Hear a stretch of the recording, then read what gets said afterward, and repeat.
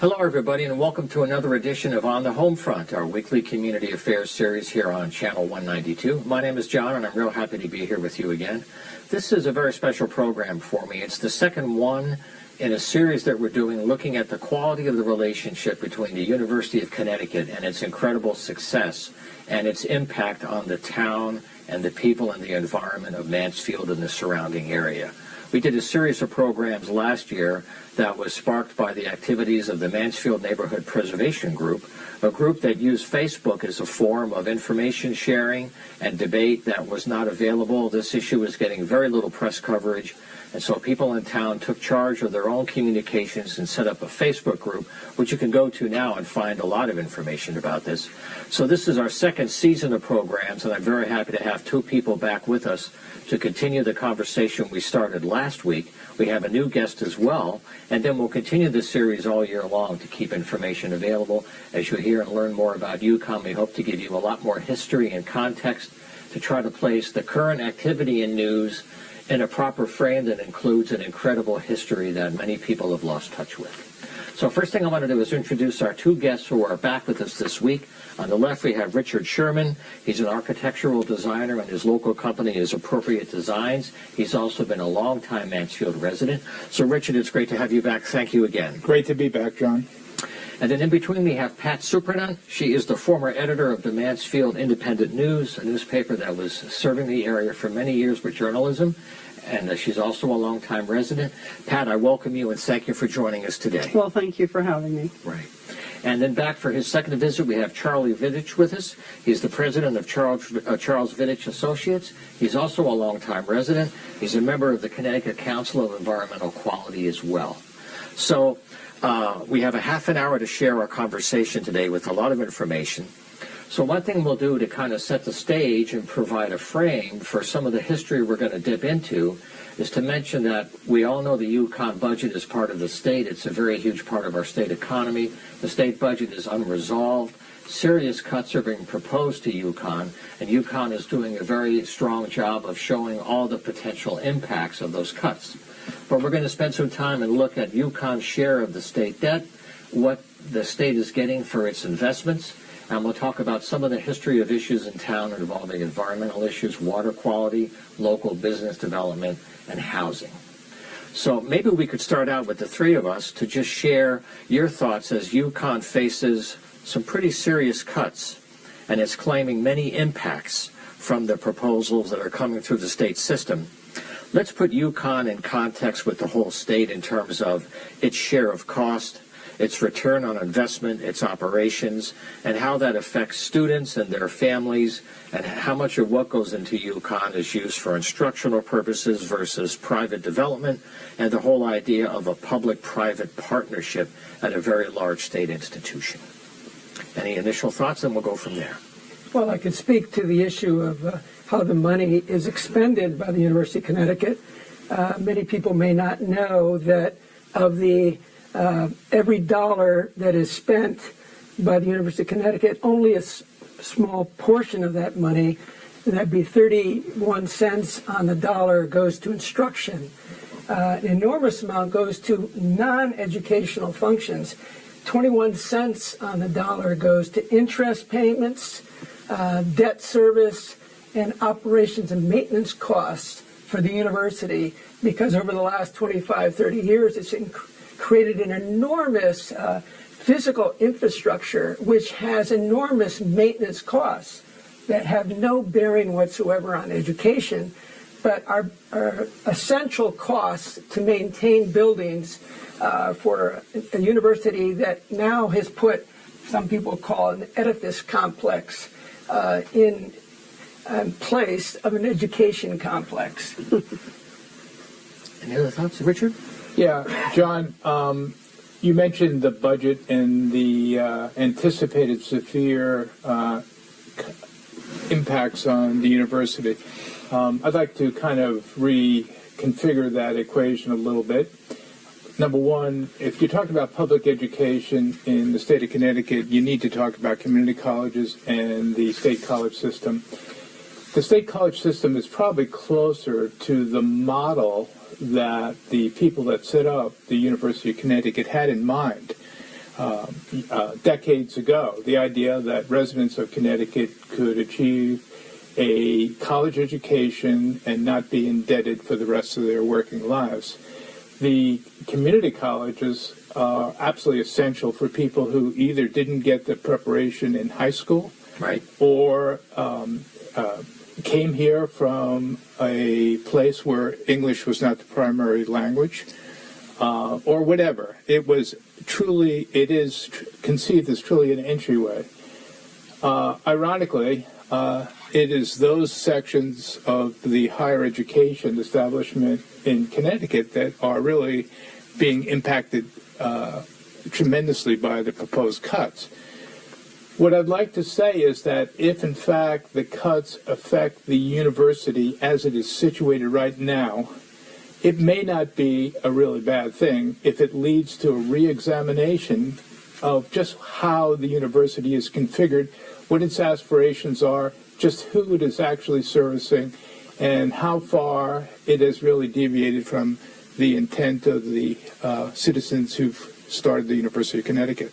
So in a sense, there's a silver lining to this budget crisis. The budget is primarily a philosophical document. It's basically what you think is, you being the citizens of the state of Connecticut, think worthy of funding and what is not. It is a list of priorities. So it is the time not to get lost in the specific figures, but look at the philosophy that is being funded by that budget. Right. In fact, that's part of the reason for our series, is to give people context and history and a little understanding of past decisions that were made that created the situation we have now. However people want to judge it or think about it, this history needs to be shared again so people have a more accurate idea about future decisions. I know one thing, I first came to Connecticut from New York in 1978. I came to work at UConn. And at the time, my understanding of UConn is that it was meant to be affordable and accessible to most people in the state because private education was so much more expensive. Many of them maybe qualified to get into private schools or they wanted to, but their family couldn't support it. UConn was a backup, not as a lower level education, but as a more affordable choice. And some of that's changed now because now there's a much larger population of out-of-state students, which can add diversity, it can add variety, but they pay a great deal more. There's a lot more money being made that way. But that's part of the change in the environment. The student body has grown significantly now. And one thing that you mentioned before that people may not know is that part of the reason why the university has produced a situation where so many students cannot find housing on campus is that they exceeded their legal limits under some requirements for bonding so that they cannot actually build more dorms even if they wanted to. And so rather than resolve the bonding issue or figuring out how they could build more housing on the campus, they kind of let the problem go to the town. And this has caused a great deal of stress over quality of life, and that's part of why the Mansfield group got on Facebook. Well, you know, as a journalist and as the editor of the Mansfield Independent News for at least 3 years, I watched fairly closely that relationship between the town and the university, and you know, it has changed. It has evolved over time. And what I discovered when I started doing some research into this, I don't know how to describe it. You said it's a complex, but what I discovered is that the formula the university was using was not invented by them. Phil Austin did not come into town and actually invent that particular model. He was former president. Right, yeah, former president of the University of Connecticut. Right. And in fact, there are companies that specialize in this. They will actually go into communities with large universities or colleges and basically give them the template on how they can either redevelop their town or build a town. This was a concerted effort. This was not something that, you know, evolved naturally. It's not organic. It's completely inorganic, and it's reflected in the downtown that they actually built. I think there had always been a misconception that people in town were opposed to the university. I'm actually a graduate of UConn. I received my MBA from UConn in finance, and we moved consciously to Storrs because we enjoyed the town, we enjoyed the community, we enjoyed the university. But what I saw over time was that, as you pointed out, it grew. And it grew at such a rapid rate that it was starting to impinge upon the quality of life that residents in Mansfield had once enjoyed. And whether it was, the environment or the number of people, the traffic, now it's a visual. And so it has changed. And just as a reporter following all this, I recognized that we're different than in any other town who does not, except for maybe New Haven or some of the communities that have large universities. We are not like every other town. The politics is not like every other town. And it might even be argued that it is more a microcosm of the state politics than it is local town governance. And so when I covered the town hall, this is what I regularly saw, was a community that was beholden to basically one employer, and a very powerful employer at that, because of its tentacles that reached all the way up into Hartford and into the highest levels of government. So it's really not quite like those surrounding towns and communities where people can go, complain, be heard. It's not at all like that, and they play politics at a much higher level. Right. And what I found, and what we found, my partner and I, was the publisher, who was my partner, my business partner, was that the community was basically underserved in terms of knowledge and information. And so there was a vacuum. People were really uninformed as to what the issues were, what was happening. And at about the point that we started the newspaper, there were many issues that were out there: water, sewers, a new roadway for a new tech park. The downtown had already been in the pipeline; it was already under construction. Mm-hmm. But there were so many issues. I mean, it was fascinating and amazing at the same time. But it's a mistake to think that the community dislikes the university. I think if there was mutual respect, but there isn't. And many of the players that I saw, that I covered on the town council in that 3 years, were really in partnership with UConn. They didn't necessarily represent the community. They represented the interest of the state. And so therein lies how did they get to this gigantic place? And mind you, that's their business model. They are a business, and yes, their business is education. So you can't fault them for running with the wolves. They are running with the big guys now. They want to be the top 10, the top 20. That's to right. do that, they've got to spend a lot of money, they've got to develop, and they've got to step on a lot of toes. And that's what they did effectively, particularly with the community. Mm-hmm. So I think one thing that should be mentioned, though, is the issue of public good versus private benefit. And I think when you start looking at the individual aspects of the university education system, many of the things that would be called the public good over the last 40 to 50 years, such as affordable education, such as non-variable dormitory rates, that would be an example of a public good where everyone pays the same rate. A variable dormitory rate would be that you charge more money for the rich students and less money for the poor students, without comparable levels of service provided.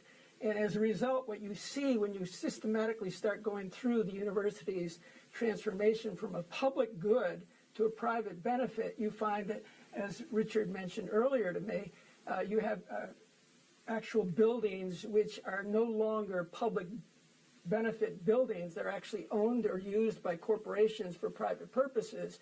And if you systematically go through all of the aspects of the university from a public good point of view, you'll find out that in many ways University of Connecticut should be re-established as a private nonprofit or as a private profit organization.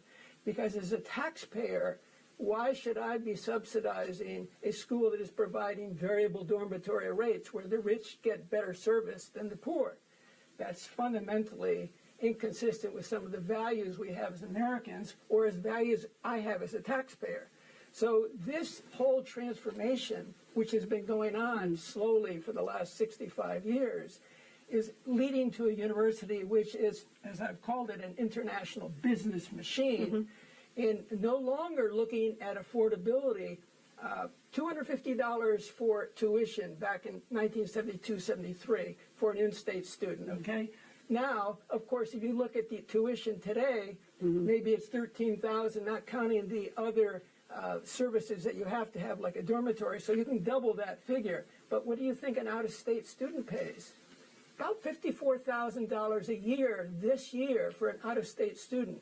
Now, is it a surprise that we go down Interstate 84, there's a big bulletin board, a billboard that says we can give you in-state prices if you go to University of Maine, students in Connecticut. And that billboard is there. I just drove by 2 days ago. And when I saw that, I said, my God, what's going on here? Other universities are catching on to the model here that affordability is still an important value. And they're attracting even students from Connecticut by taking that kind of advertising. Right. So we have a whole issue here of what is public good and what is private benefit. And the university is struggling with that issue. And the quickest way to resolve it is to take the sovereign power away from the university, because that sovereign power, which is the right to overrule the town of Mansfield on any environmental, housing, or other issues, is doing no good for the town of Mansfield and is not leading to better education. What we need is to privatize the university, make it either a private nonprofit or a private for-profit, and then these kind of issues will be resolved at least at one level. But right now, the university is being coddled by the state legislature, not by all of the state legislature, but a portion of the state legislature that let this whole behemoth be created through the UConn funding projects from 1995 and the follow-up Next Generation projects, which basically have led to billions of dollars of debt. Okay, so I want to follow up before we go to Richard, just one thought, because we were talking about this before we were recording the show. One of the issues that Pat touched on was the lack of information sharing and very poor media coverage of all these internal discussions and public concerns. They got very little coverage, actually, in the media. And when people were making decisions then, the end result was that the local government had very little impact to deal with the criticisms or the concerns. They had very little to do with it. You mentioned that the Board of Trustees currently is primarily appointed by the governor, and changing the composition of the Board of Trustees to allow more local participation is one way to make the system more accountable, even if they decide not to change its business model from public to private or private nonprofit. But just changing the composition of the trustees to allow for different voices would mitigate some of the stress that's building in the town, and it would give people a sense of optimism that they could impact the decisions and not just always argue with the town council, which often is very limited. Do you have any spin on that or any variation? Well, what I'd like to say is there's a couple important issues here. One would be the idea of affordability, which was just touched on. You could actually, and this is kind of anecdotal, but I think that what I'm about to say, a lot of people would have the same experience. You go on the internet, you read your magazines, whatever, you see more and more articles about the legitimate option of not going to college, of not accruing a life burdensome debt that would take at least a decade of working to pay off. I think that essentially this was not an accident. I think that this business model that everybody was talking about, like any business, they basically want to know where their customer base is. You folks mentioned the idea of these companies that specialize in reconfiguring towns or reconfiguring the universities. Implicit in their participation is the change of a customer base, and that's exactly what happened at UConn.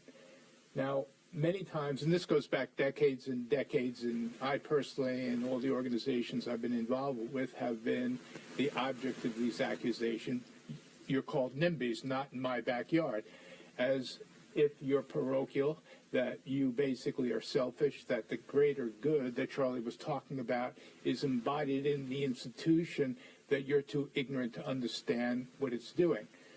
I would take a different point of view. What's happening to the citizens of Mansfield, not just Mansfield, Coventry, Willimantic, the issue of the water, and deeply involved Willimantic, Willington, and Ashford, is the logical conclusion of this change in business model. And it is symptomatic of what's wrong with this business model. So in a sense, I would offer the fact that the citizens in this area are not NIMBYs, but we're canaries in the coal mines, that we are detecting the symptoms of a system that is not sustainable for higher education. It's expensive. It isn't preparing students for a world where climate change is an essential fact of life, and it has to be changed. And we could be characterized in that negative point of view. We could be ignored, but the university and the powers that be do it at their own peril. I think that's brilliant. I think this is really one of the biggest concerns we have today. My sons, and I might have mentioned it, have all regretted going to college, and they thought it was a waste of time, even though I told them I wanted them to go. But the tipping point, I feel, is just about happening, where the younger generation is beginning to realize that the investment is not a good investment. When you spend $54,000, unless you're a rich, uber-rich Chinese oligarch who's sending their students or sons and daughters here, you're not going to be able to afford the price of getting here. There are certain people who may be coming here for the University of Connecticut basketball games, which is wonderful. They're great basketball teams. But that's not an education. That's an entertainment feature. And universities become entertainment centers, to the extent that we've seen going on in the last 20 years in America. Entertainment is a major component of the educational system. But it is not really bringing people into the job world. We've exported, over the last 50 years, virtually all of our jobs, first to the South and the West, and then now virtually all of them overseas. So we have no manufacturing base. So when these people are going in, are they going to get educated for the service sector? And the service sectors like working in McDonald's and working in other sales jobs, Maybe getting retail. a college education for that purpose. Well, fundamentally, in every society, the primary industries, you've got agriculture, you've got mining, you've got the basic industries that make any society work. We are becoming more and more dependent upon other countries for those functions. And as a result, the people who are today able to make a living, perhaps the ones that are making the best living are the ones who have the skills in plumbing and carpentry. That element has not been exported. We still buy houses here. You Right. still build houses here. Right. But when it comes to the other technologies, like cell phones, where do you think cell phones are made? In Mansfield? Absolutely not. They're made in China and other places. So the thing right now is the educational system is not designed to bring us to jobs. And so we have an enormous amount of unemployment as a result of this problem of the dysfunctional relationship between education and the job market. And I think this is one of the crisis issues that I think many universities are facing. And really the question is, how do we resolve that? And one of them is the whole internet as a solution for the provision of education. There's a lot of people who think that is the future. And it may not be the complete future. I'd argue from a traditionalist point of view, from the Socratic method of teaching, Sure. that makes not a lot of sense. But let me tell you, all the major schools in America, and I'm talking top-notch, Harvard, MIT, Stanford, they're all using this thing. So this is the new feature of what's emerging here. So maybe the rich will go to a hard brick-and-mortar school, and the poor will be going to another. But we're going to see some changes as a result of this failed business model that Richard is talking about. I'm going to offer just a sidebar to what you said, because I remember interviewing a representative, Sam Gatenson, and in the early mid-'80s, Yeah. when he was pushing for conversion of a lot of the military industrial manufacturing to, quote, peacetime alternative manufacturing. So rather than have it sent abroad, it could be done here, and that went nowhere. I know it's always an issue for our senators because, the defense industry is a major job supplier. It's jobs, jobs, jobs. There is a need for defense, but you wonder how much more we need to buy. That's another show. But the idea of Connecticut being a manufacturing center is really challenged now, where skilled jobs are not available or they're not ready yet. Could I just say Yeah, something please. to that? For 8 years, I was chair of the Mansfield Democratic Town Committee. I was involved in a lot of statewide campaigns, on national campaigns.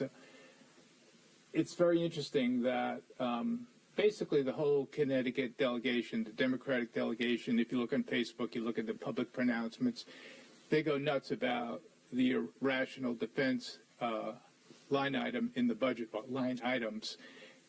Trump was criticized for, a dramatic increase in defense budget. We had both U.S. Senators, Murphy and Blumenthal, signing off on a budget that was $70 billion more than the Trump budget, which itself was irrational. So when you take They wanted more funding. they wanted more funding. So basically, the way it works is every congressional district in this country is captured. Every congressional district in this country has defense establishments. And until we break that monopoly, we're not going to see a change. But what this gets back to is the idea that I raised before, and that budgets are philosophical statements. And essentially, you cannot solve the issue of higher education alone without looking at where the resources of society really are expended. And that gets back to the university. The university as a model for the future. Malcolm Wells, an architect who basically did a lot of analysis of siting and sustainable design, did a little test at the University of Oklahoma. Now, Oklahoma, 20, 30 years ago anyway, was basically agricultural in nature. In other words, a lot of its economy came from either agriculture or agricultural derived products. He did an analysis of the campus, the main campus of the University of Oklahoma, using the use of natural resources, recycling, the impact on food products, the source of food that the students were eating, and he gave it a failing grade. A similar analysis of UConn probably would not fare very well. And I know they have made certain types of concessions to the idea of sustainability. They're trying to not waste as much water as they used to.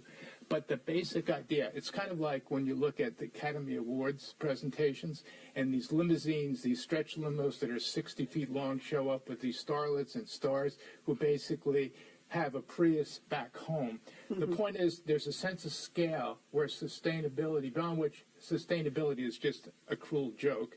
And I think essentially the university is a case in point in terms of its behavior and its impact on the environment and the model it presents to the livelihoods of students in their teens and their 20s. Okay. Well, one of the challenges of my role in trying to moderate these conversations is that our time has run out again. There's so many angles to the story that we're trying to break down into segments. So I just want to mention, I want to thank you all for being here and for helping us continue the conversation. You made so many points that we can develop in further conversations. I know one thing that we're going to look at later is bringing people on who were part of the discussion years ago, before UConn 2000, that gave it so much autonomy to make its own decisions, to have them evaluate how UConn is done with its autonomy and freedom, where it can do things with less local accountability. How has that worked out over time? Just to evaluate it, to get the information and the thoughts.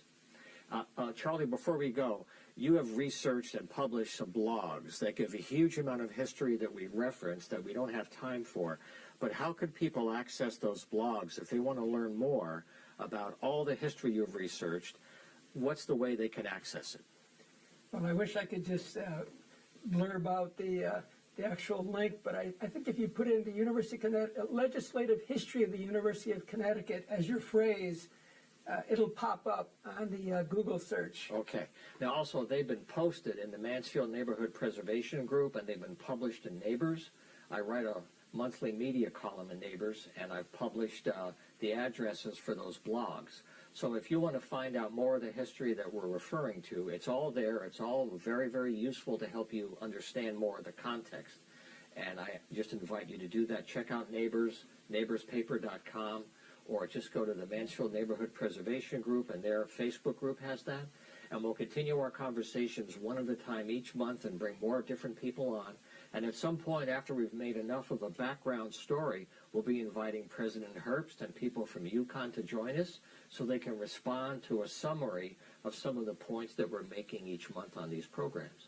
So our time has gone over. I'm sure I'm getting the marks from the crew. Thank you for being here and for sharing the thoughts today, and we'll continue next time. Great. Thank you. Okay, that's how we're going to end this week's show. We'll look forward to seeing you next time on the home front. Take care and be well.